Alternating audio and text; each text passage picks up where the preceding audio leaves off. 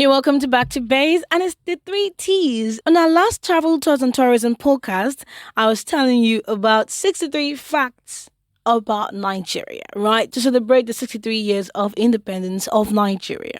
I told you 32, and now I'm here to complete it and tell you the remaining 31 facts, okay? And I'm going to start with this. You might not know that Chief Mbazulike Amechi, who was Nigeria's first Republic Aviation Minister, he played a vital role in hiding Nelson Mandela in Nigeria for 6 months to protect him from arrest by the apartheid regime.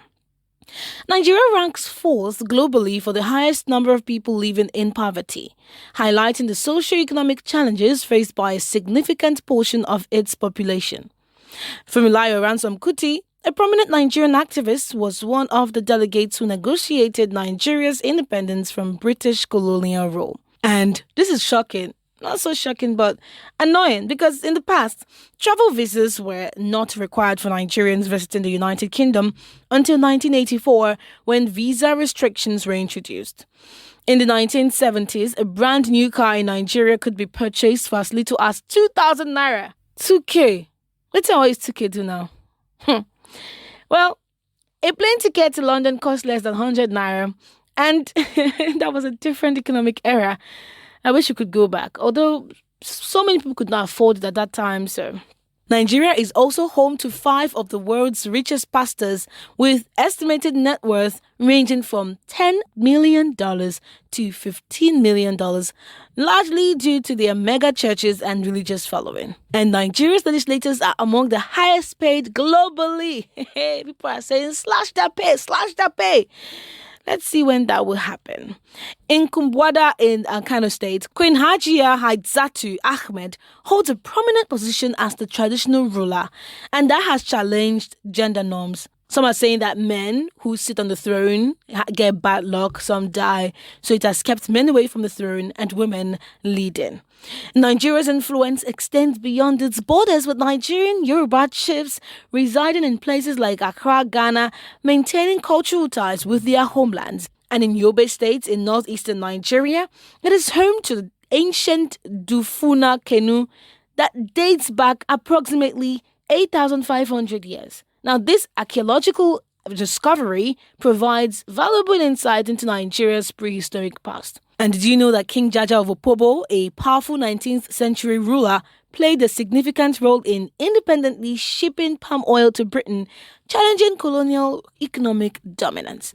Now, Nigerian Civil War, also known as the Biafra War, which was a very, very dark time in Nigeria's history, lasted from 1967 to 1970 and had profound and lasting impact on the nation. People look back at it with sadness. That is something that should have not happened and something that would not happen ever again. And that is what Igbos refer to as Ozemena. It will not happen again. Greetings in Nigeria typically involves warm handshakes and smiles and reflects the country's friendly and hospitable culture. So when you want to greet somebody, you come to Nigeria, shake the person with a smile, and you can ask about things apart from why the person is looking chubby or skinny. That is not just nice at all.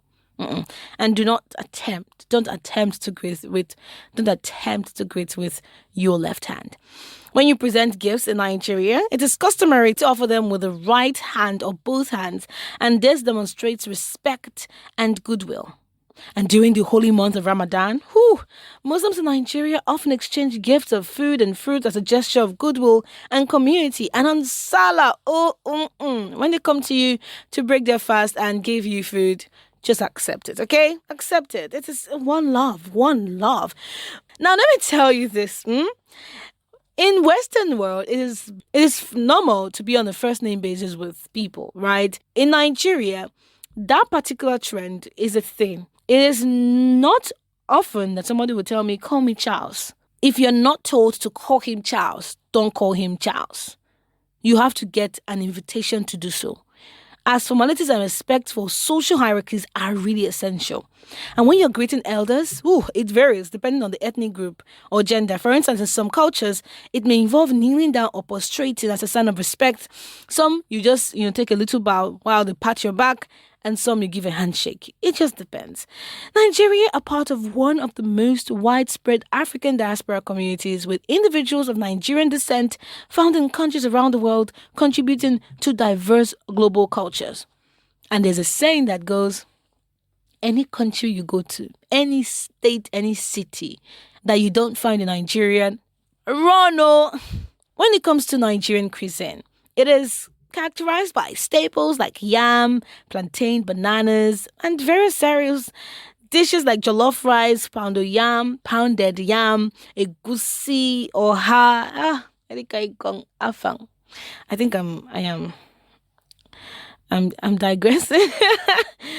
These foods are popularly celebrated, and you can really understand Nigerian cuisine by the distinct ingredients which the country uses. And that's why in some other countries, you hear complaints of, stop cooking in my house. Your scent is bringing that.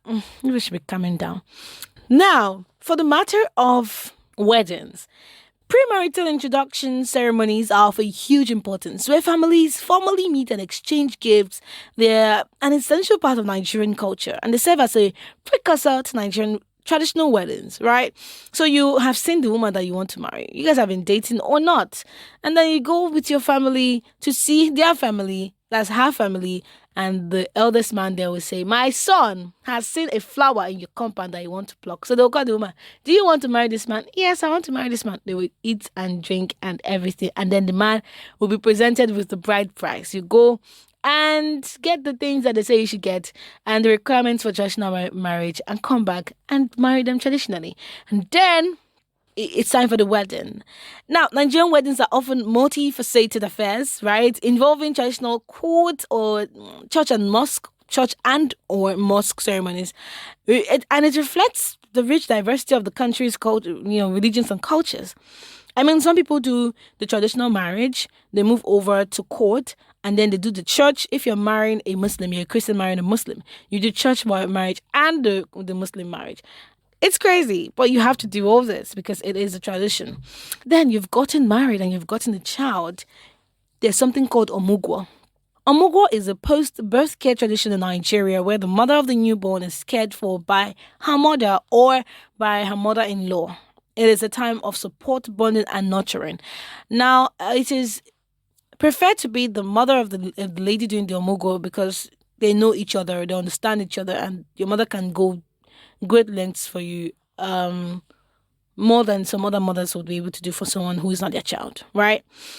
So that is a thing, and it is people are embracing it, even in different parts of the world. There's another thing that is unique to Nigeria. It's called the Nwa Boy system. Nwa Boy is the apprenticeship method practiced in Nigeria, especially by the people of the eastern part of Nigeria.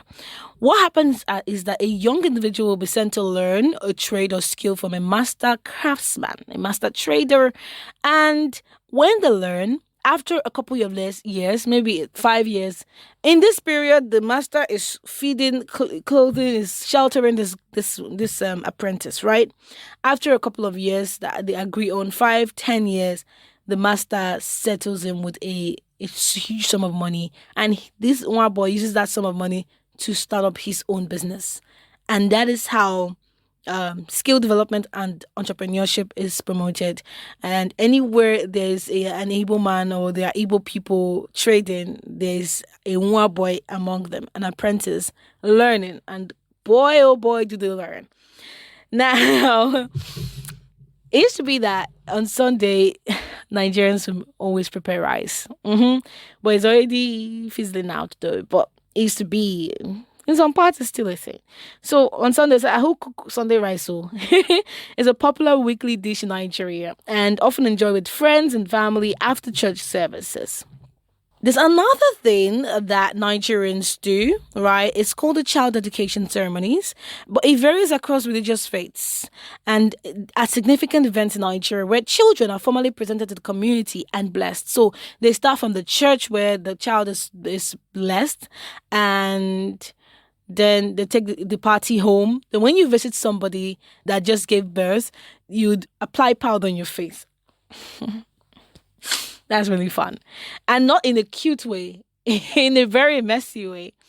It is also a common practice at celebrations and events in Nigeria to spray money, typically in form of banknotes. It's the symbol of celebration and goodwill. The government has yelled and yelled about spraying of money at parties, but more it's not going anywhere soon, no, because people even invite big people like influential people just because they want them to spray money at at their celebrations.